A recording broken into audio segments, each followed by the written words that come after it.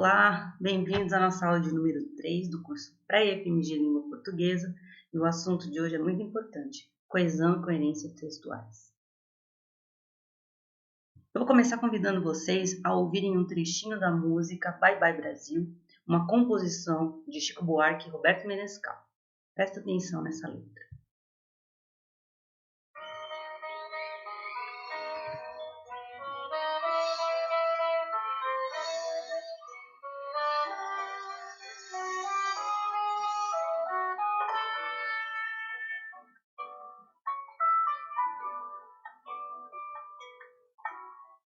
Coração, não dá pra falar todo não. Espera passar o avião. Assim que o inverno passar, eu acho que vou te buscar. Aqui tá fazendo calor. Deu pane no ventilador. Já tem fliperama em Macau. Tomei a costeira em Belém do Pará. Puseram uma usina no mar. Talvez fique ruim pra pescar, meu amor. Bom, vocês puderam observar, eu coloquei a primeira estrofe da canção, né? Aparentemente, desconsiderando-se a licença poética, obviamente, por se tratar de um texto poético, quando nós lemos essas frases que estão aí, essas orações, frases, etc., nós percebemos que tem algo meio estranho. Elas parecem não estar conectadas entre si. É como se tivesse ali realmente um amontoado de frases, né? Palavras postas, frases postas, porém sem conexão alguma entre elas, né?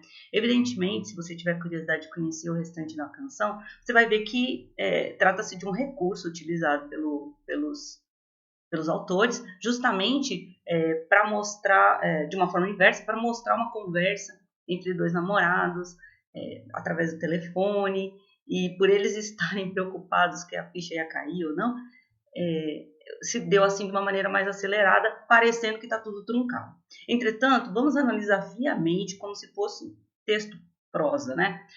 Tomando como esse preceito, nós vemos que está tudo muito desorganizado de maneira que não se conectam entre si. As frases elas não se conectam. E nesse ponto que eu queria chamar a atenção para a coesão textual, para a importância da coesão textual, que é responsável justamente por essa ligação, né, pela harmonia entre os elementos do texto. E assim, nós podemos definir coesão textual como sendo a relação, a conexão entre as palavras, expressões ou frases, e manifestada por elementos formais que assinalam um vínculo entre os componentes do texto. Essa coesão geralmente é marcada, né, por alguns elementos, e eu destaco aqui 4 grupos que são muito importantes para compor essa coesão textual. Então, número 1, palavras que retomam ou antecipam as outras, anafóricos e catafóricos.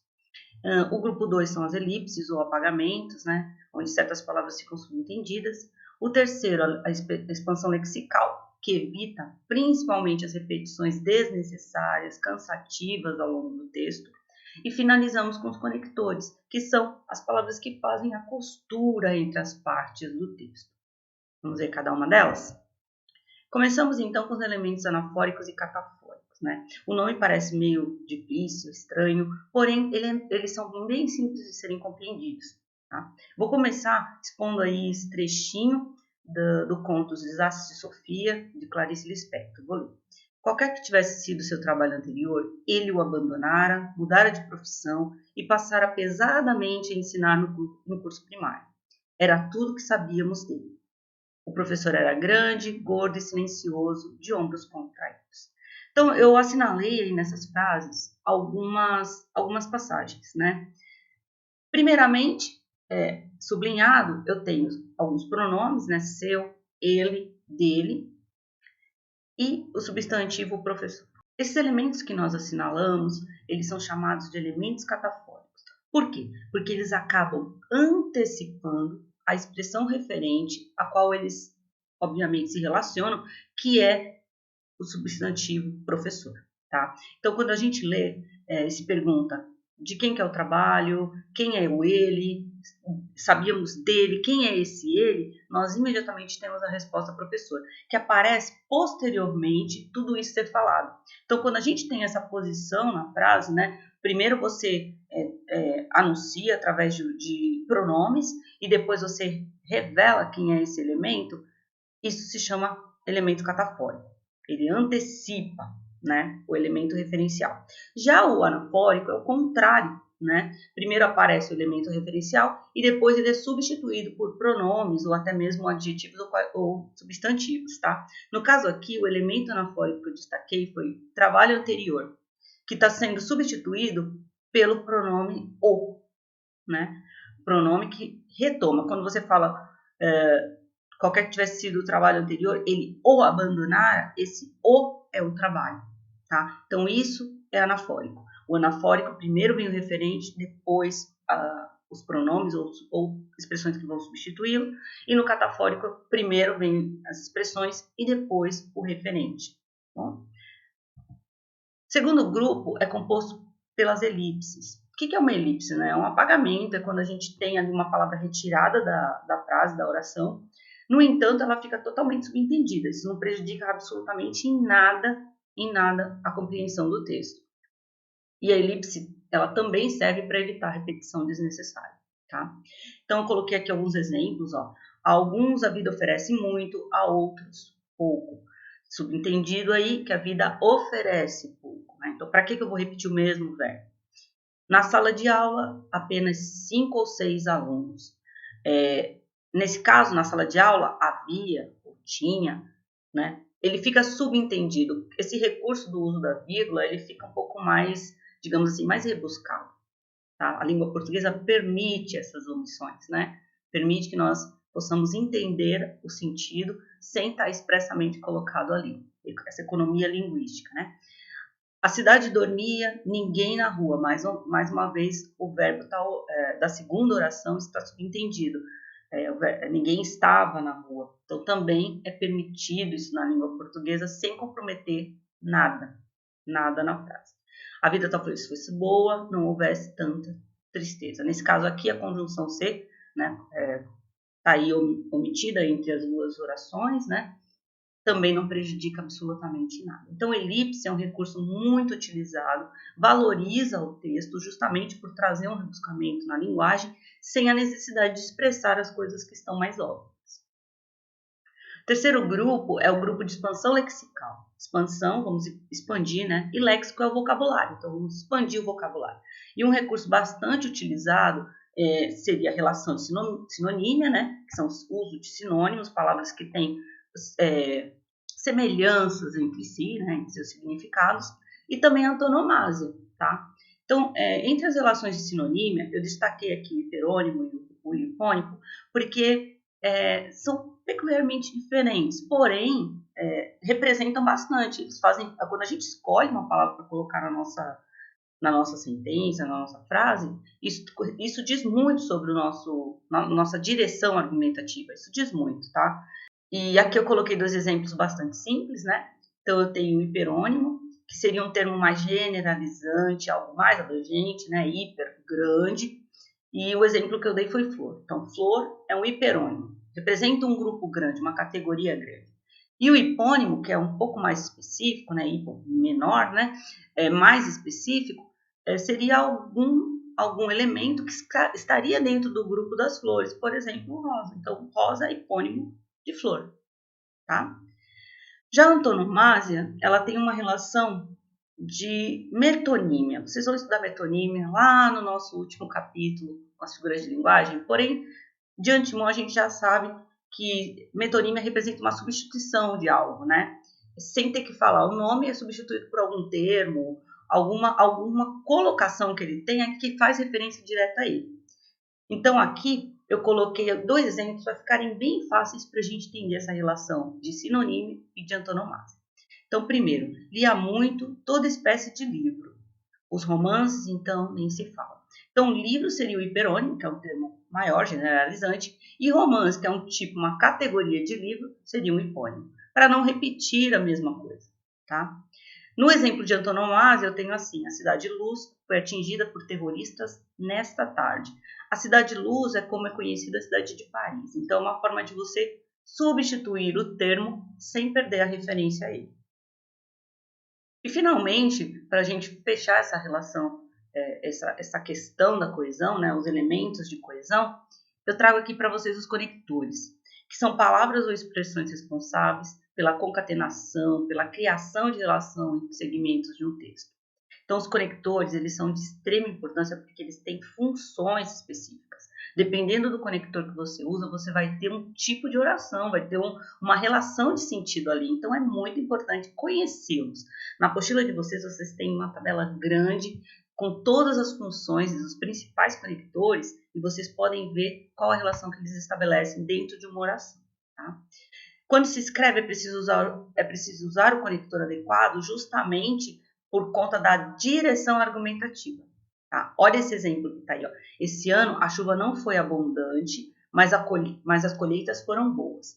Então, nós temos aí uma relação importante, né? Ó, embora não tenha sido boa, não tenha sido abundante, a colheita foi boa. Se nós trocássemos esse conector por outro, por exemplo, portanto, porque a relação muda, né? Ó, esse ano a chuva não foi abundante porque a colheita não foi boa. Fica até esquisito, muda totalmente o sentido da oração que você queria expressar ali. Então, é importante ficar de olho nos conectores, saber qual é a relação que eles expressam e assim poder utilizar de maneira correta.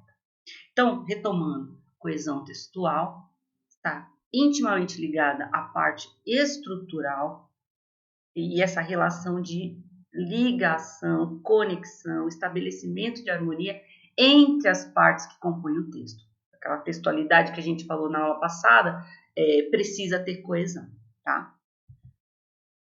Segundo elemento tão importante quanto coesão é a coerência. Na verdade, eles andam intimamente ligados, de mãos dadas, é importante ter atenção a esses dois. E a coerência, eu vou começar instigando vocês com esses dois textinhos. Observa o primeiro, ó. A ONU apresentou hoje a primeira universidade global em linhas de matrícula gratuita, com a qual trata de impulsionar o acesso à educação superior dos estudantes das regiões menos desenvolvidas do mundo.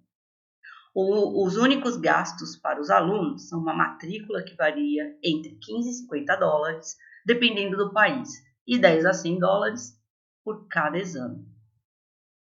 Pelo menos a gente vai ficar estranhando a relação que existe entre uma parte e outra desse texto, não vai não? Vamos ao segundo, ver se também temos essa mesma sensação. Foram observadas primeiras propagações do vírus na população de países situados fora do continente americano, assinalou o diretor-geral adjunto da OMS, citando o Reino Unido, o Japão e a Austrália, além do Chile, na América do Sul.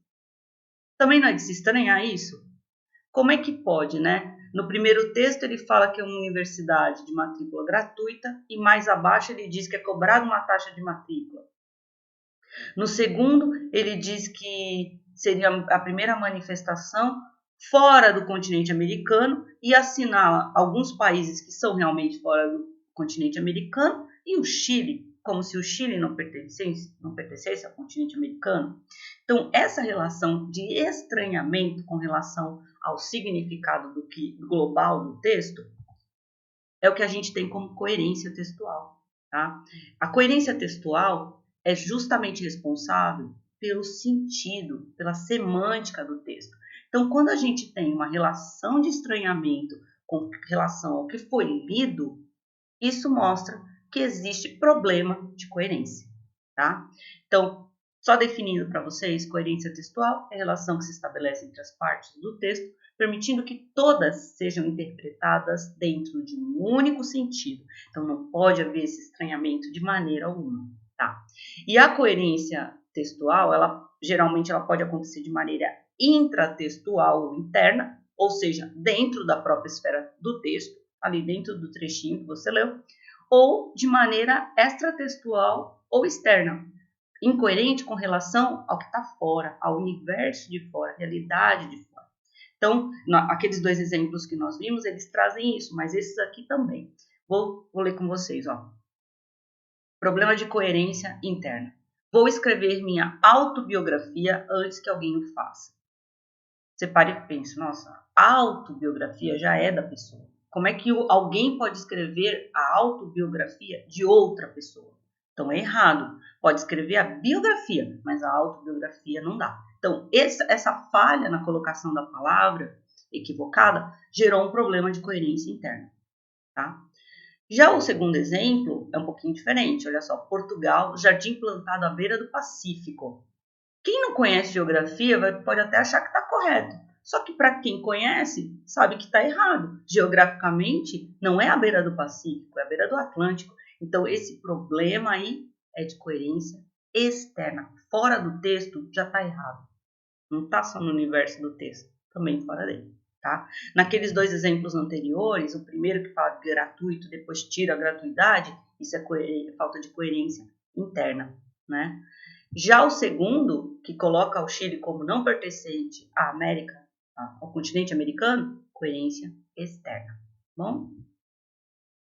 E para finalizar, a gente tem que entender também que, como nós temos diferentes tipos de texto, nós também temos diferentes tipos de coerência. Né? Então, essa coerência, esses níveis, que a gente chama de níveis de coerência, eles podem acontecer em várias esferas. Então, a gente tem, por exemplo, a coerência narrativa, que é quando você tem algum problema com a lógica e as partes da narrativa, de contar uma história, né? Falta algum elemento, falta alguma coisa que ficou pendente ali. Coerência argumentativa é quando as relações de implicação ou de adequação se estabelecem entre certos pressupostos ou afirmações explícitas colocadas no texto e as conclusões tiradas dele são totalmente diferentes. Então, é aquela falha argumentativa. Você diz, enfim, falha de argumentação é problema de coerência argumentativa. Coerência figurativa, né? O que é uma figura? É um elemento, né, que se manifesta ali. Então, quando a gente não tem esse elemento combinando com toda a parte do texto em si, é falha de coerência figurativa. Isso pode acontecer, gente, por exemplo, acontece muito em vídeo, né? Você tem lá um filme e de repente aparece um elemento que não tinha nada a ver com aquela cena, foi sem querer deixado ali, né? Enfim, quando acontece alguma coisa dessa natureza e aparece para as pessoas que estão assistindo, denota justamente a falha de coerência figurativa. Coerência temporal, que diz respeito ao tempo mesmo em si, né? Dia no momento, depois já é noite, ou a sequência lógica dos fatos com relação ao tempo também não estão adequadas. Coerência espacial diz respeito à compatibilidade entre os enunciados do ponto de vista da localização no espaço. O espaço seria o local mesmo, tá? Onde aquilo está sendo colocado. Então, os cenários, tudo isso tem que estar em harmonia com relação ao restante da história, senão fica feio. E, finalmente, a coerência linguística, que vocês vão poder ter a oportunidade de ver nas semanas seguintes em variação linguística, diz respeito à compatibilidade com relação às variantes linguísticas escolhidas no nível do texto, do vocabulário, tá? Então, é aquilo, né? Adaptar a fala ao momento ou à situação, né? Muito mais a situação, e isso é bastante importante se tratando de harmonia do texto, tá? Então, para garantir aquele texto legal, bem estruturado, bem compreensível, é preciso que você trabalhe tanto coesão como coerência juntos, tá? Não pode pensar apenas em um. No material de vocês têm muito mais informações, tem curiosidades ali, tem leitura complementar, então eu peço que vocês leiam os materiais, façam as atividades da aula para que tudo fique bem explicadinho e a gente se vê na próxima semana. Tchau!